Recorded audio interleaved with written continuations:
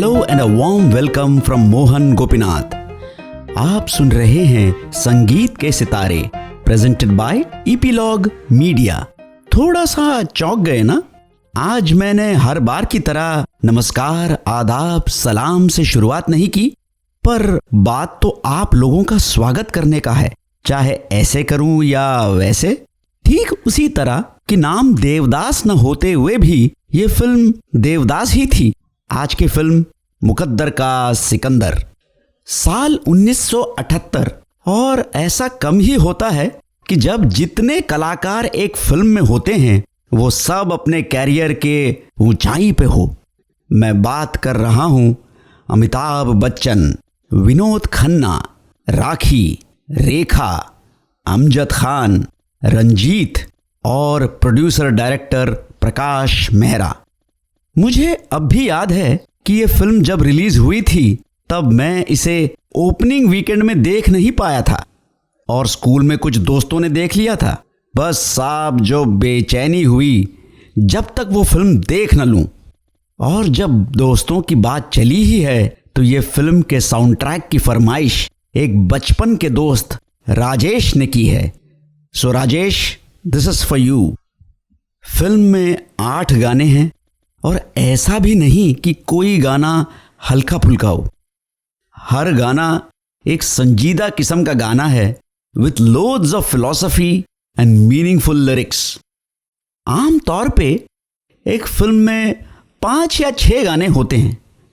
8 गाने होना और उस पर हर एक गाना यादगार होना, ये बहुत कम ही सुनने को मिलता है। तो चलिए पहले गाने की बात करते हैं। पहला गाना है ओ साथी रे, गायिका आशा भोसले। जब भी इस गाने का जिक्र होता है तो सिर्फ किशोर कुमार का वर्जन याद आता है।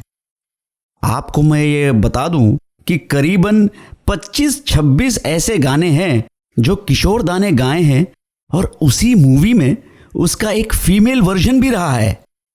गौरतलब बात यह है कि पर्दे पे ये गाना 8-9 साल की बच्ची गाती है और प्लेबैक सिंगर आशा भोसले तब 50 की थी।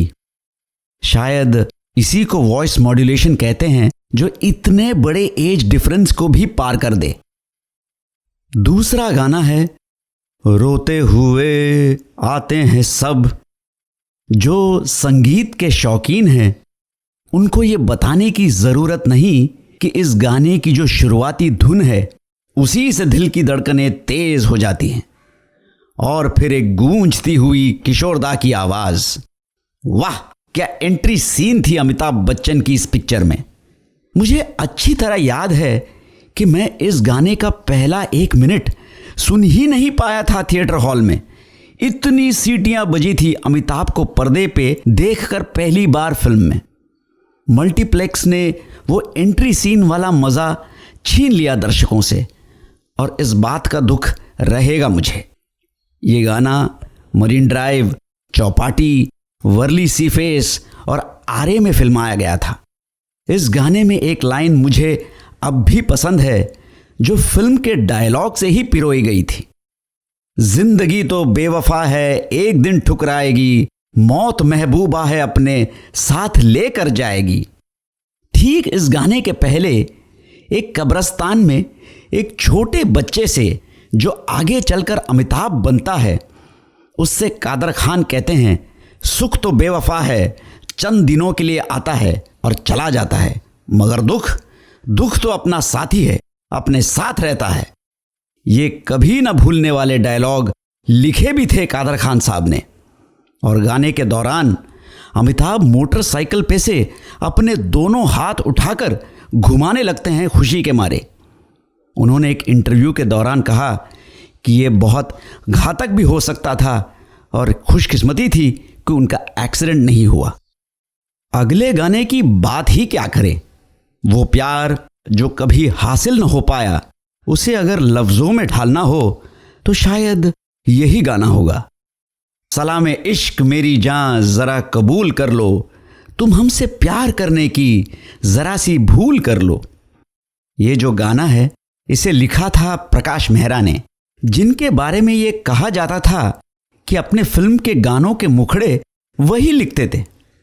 इससे ये पता चलता है एक बेहद गुणी और कामयाब डायरेक्टर होने के अलावा उन्हें शब्दों की भी काफ़ी समझ थी। फिल्म के बाकी सारे गाने लिखे अनजान ने, जो प्रकाश मेहरा के चहेते गीतकारों में से एक थे। ये गाना 6 मिनट का है और ड्यूएट होते हुए भी किशोर दा की आवाज़ हमें आधा गाना ख़त्म होने पर सुनाई देती है और फिर वो जो उड़ान भरती है तो फिर अलग ही माहौल बन जाता है।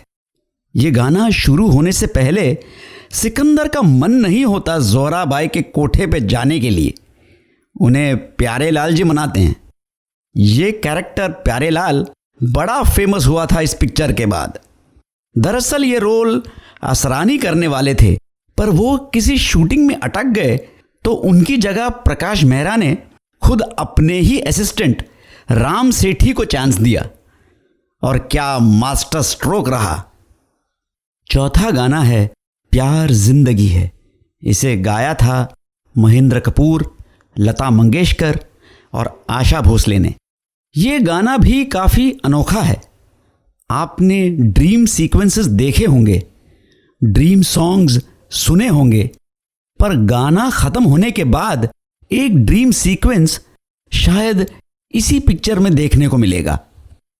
पांचवा गाना है दिल तो है दिल, दिल का एतबार क्या कीजिए।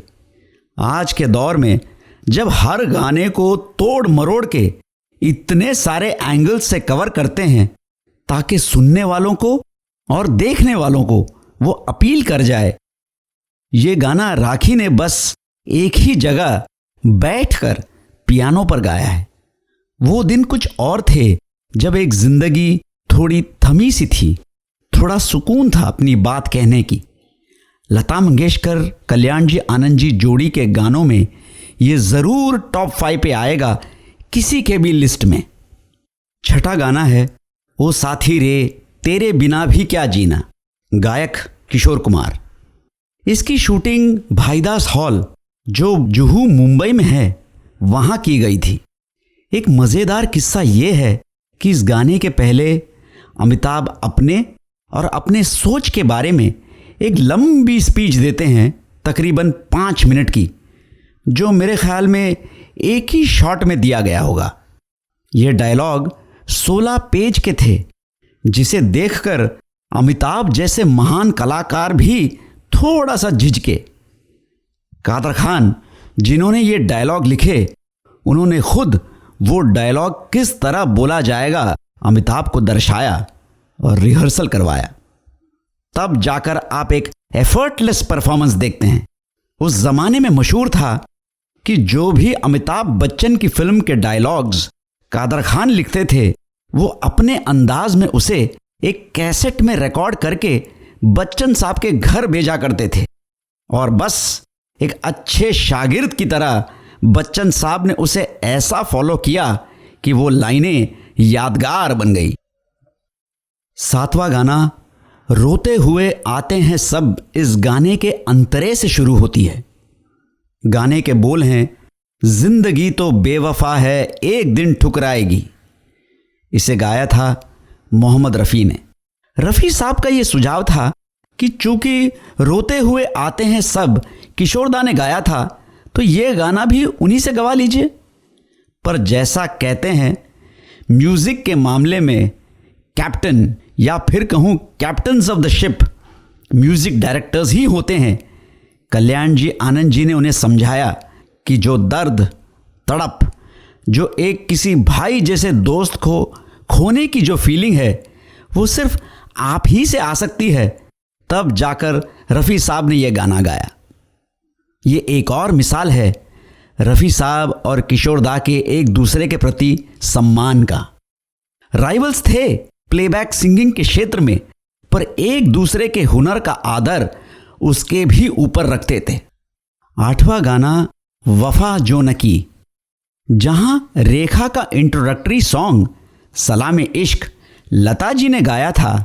इस गाने को गाया हेमलता ने, जिन्होंने 1970 के दशक में कई गाने गाए, खासकर राष्ट्रीय प्रोडक्शंस की।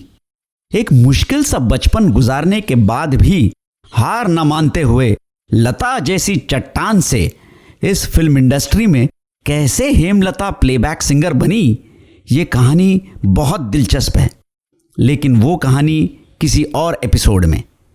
इंटरेस्टिंग बात यह है कि ज़ोहराबाई जिस रोल से रेखा को महारत हासिल हुई तवाइफ या अदर वुमन की किरदार में, वो रोल उनके बजाय रीना रॉय करने वाली थी। हुआ ये कि रेखा विदेश में थी और शूटिंग के डेट्स निकले जा रहे थे, तो रीना रॉय जो खुद भी बहुत पॉपुलर थी उन दिनों को, उनको अप्रोच किया गया। ये खबर मिलते ही फौरन रेखा ने विदेश से प्लेन की टिकट कटवाई और अगले ही दिन शूटिंग शुरू कर दी और दिया वो परफॉर्मेंस जो सदाबहार है। जहां इतनी सारी अच्छी बातें सुनाई पड़ी, वहीं हमने पर्दे पर अमिताभ और विनोद खन्ना को आखिरी बार साथ देखा। ऐसा भी सुनने में आया कि विनोद खन्ना अपने फाइनल रोल से खुश नहीं थे और फिर 1 साल बाद वो अमेरिका भी चले गए। तो वो जोड़ी जिसके दीवाने दोनों तरफ थे, वो फिर कभी साथ नहीं जुड़ी। जहां मैंने इस एपिसोड की शुरुआत अपने बचपन से की, वहीं मैं ये बता दूं कि मैंने और मेरे बेस्ट फ्रेंड ने एक फाइटिंग गेम का नाम रखा था अमिताभ बच्चन विनोद खन्ना। कुछ चीज़ें बचपन की अब भी दिल में हैं। इस एपिसोड में बस इतना ही। सब्सक्राइब करने ना भूलें ऑन ईपीलॉग मीडिया वेबसाइट या फिर आपके फेवरेट पॉडकास्ट स्ट्रीमिंग ऐप्स जैसे एप्पल पॉडकास्ट, जियो सावन, गूगल पॉडकास्ट, स्पॉटिफाई। और अगर आप एप्पल पॉडकास्ट इस्तेमाल करते हैं तो रेट और रिव्यू कीजिए संगीत के सितारे।